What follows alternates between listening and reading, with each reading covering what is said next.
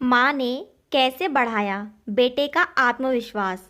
एक छोटे से कस्बे में समीर नाम का एक छोटा लड़का रहता था।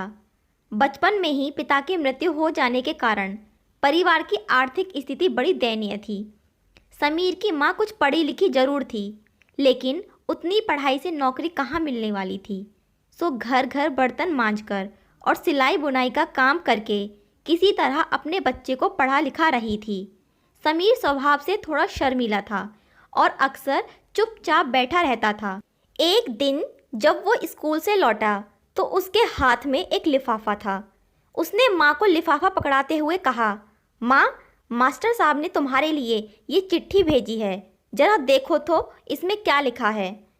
माँ ने मन ही मन चिट्ठी पढ़ी और मुस्कुराकर बोली, बेटा, इसमें लिखा है कि आपका बेटा काफ़ी होशियार है। इस स्कूल के काफ़ी बच्चों की तुलना में इसका दिमाग बहुत तेज है और हमारे पास इसे पढ़ाने लायक शिक्षक नहीं हैं, इसलिए कल से आप इसे किसी और स्कूल में भेजें। यह बात सुनकर समीर को स्कूल ना जाने का दुख तो हुआ, पर साथ ही उसका मन आत्मविश्वास से भर गया कि वो कुछ खास है और उसकी बुद्धि तीव्र है।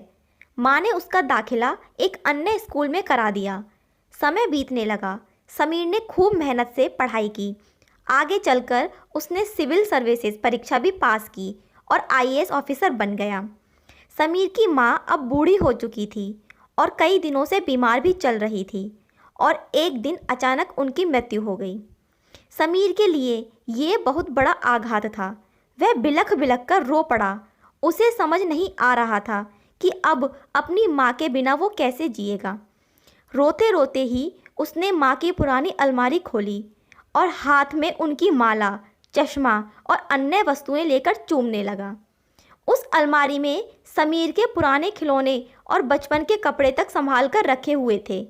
समीर एक एक कर सारी चीज़ें निकालने लगा और तभी उसकी नज़र एक पुरानी चिट्ठी पर पड़ी। दरअसल ये वही चिट्ठी थी जो मास्टर साहब ने उसे 18 साल पहले दी थी। नम आंखों से समीर उसे पढ़ने लगा। आदरणीय अभिभावक, आपको बताते हुए हमें अफसोस हो रहा है कि आपका बेटा समीर पढ़ाई में बेहद कमज़ोर है और खेल कूद में भी भाग नहीं लेता है। उसकी उम्र के हिसाब से समीर की बुद्धि विकसित नहीं हो पाई है, अतः हम इसे अपने विद्यालय में पढ़ाने में असमर्थ हैं। आपसे निवेदन है कि समीर का दाखिला किसी मंद बुद्धि विद्यालय में कराइए अथवा खुद घर पर रखकर इसे पढ़ाइए। समीर जानता था कि भले ही अब उसकी माँ इस दुनिया में नहीं रही हैं, पर वो जहाँ भी रहें उनकी ममता, उनका आशीर्वाद सदा उस पर बना रहेगा। दोस्तों, ये कहानी आप सबको कैसी लगी, अपनी राय कमेंट बॉक्स में ज़रूर दें। वीडियो को लाइक करें, शेयर करें और चैनल को सब्सक्राइब करें।